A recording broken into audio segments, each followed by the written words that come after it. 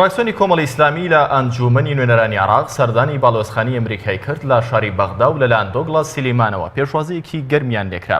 مەڕێزان بۆ قسەکردنی زیاتر لەسەر سەردانەکە و هەروەها دەرەنجامەکانی میواندەری بەڕێز مامۆستا سەلیم شوشکەی ئەندامی فراکسیۆنی کۆمەڵی ئیسلامی لە ئەنجومەنی نوێنەرانی عێراقمان کردووە.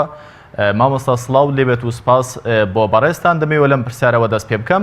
گرنگی سەردانەکەی ئێوە بۆ سەفارەتی ئەمریکا لە بەغدا لە ئێستادا لە چیدایە؟ بسم الله الرحمن الرحيم. وعلى خالد الباريستان ودعم بالأهل العربي. دلوقتي أمريكا إلى بلادنا ذاك دور بسيناو فلسطيني كان حاليا كردستان فلسطيني بوشيها واللاتيان هم رجال تقريبا وأبو حول جدين وأما الرساء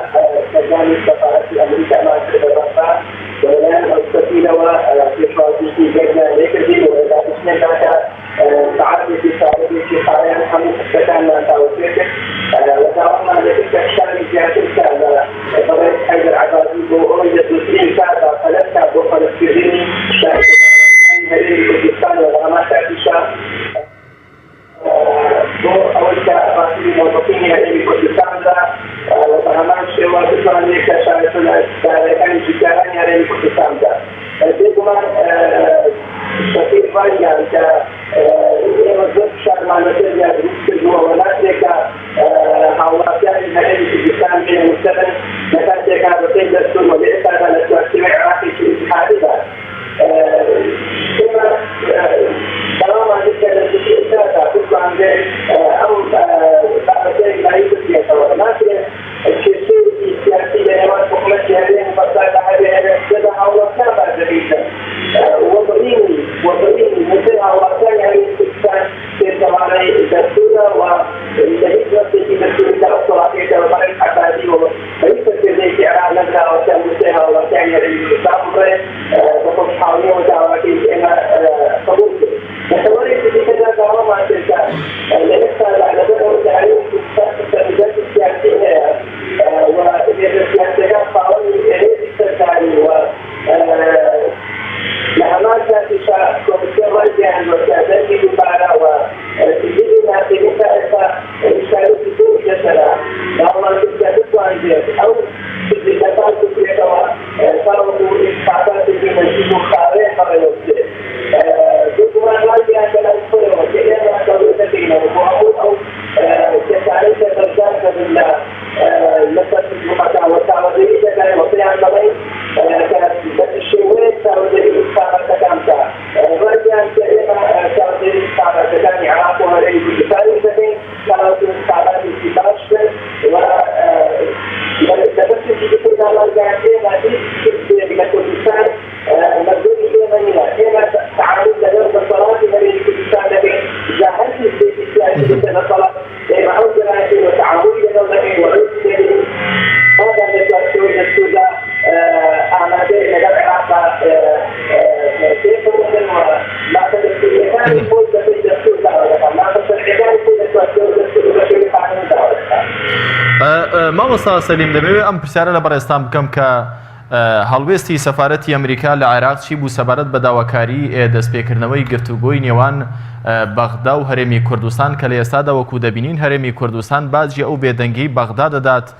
لەمەڕ کێشاڵپەسێدراوەکانی نێوان هەرێمی کوردستان و بەغدا. باس لەوە کرد کە ئەوان وتویانە کە چەند جارێک فشاریان خستووەتە سەر بەغدا بۆی کە پیان وتون گفتوگۆکان دەست پێ بکەنەوە بەڵام ئەم وتانەی ئەوان تا چەند ئیقناعکەر بوون سەبارەت بێ ئێوە ئەگەر ئەمریکا و باڵێزی ئەمریکا بێوێت فشار لەسەر حکوومەتی ناوەندی دروست بکات ئایا ناتوانێت کە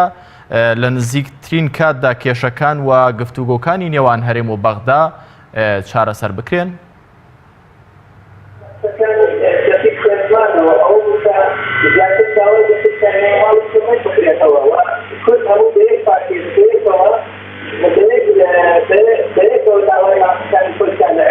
لكن أنا سأقوم بالواقع في شكاية مع أبو سعيد والمدنيين هذه وفي شيء ليس هذا أكثر جماعة في طريقة كان هؤلاء السياسيين الكتاب الأخير أتادون في جمال القوم الإسلامي إلى الإسلام صاحب السياسي ودليل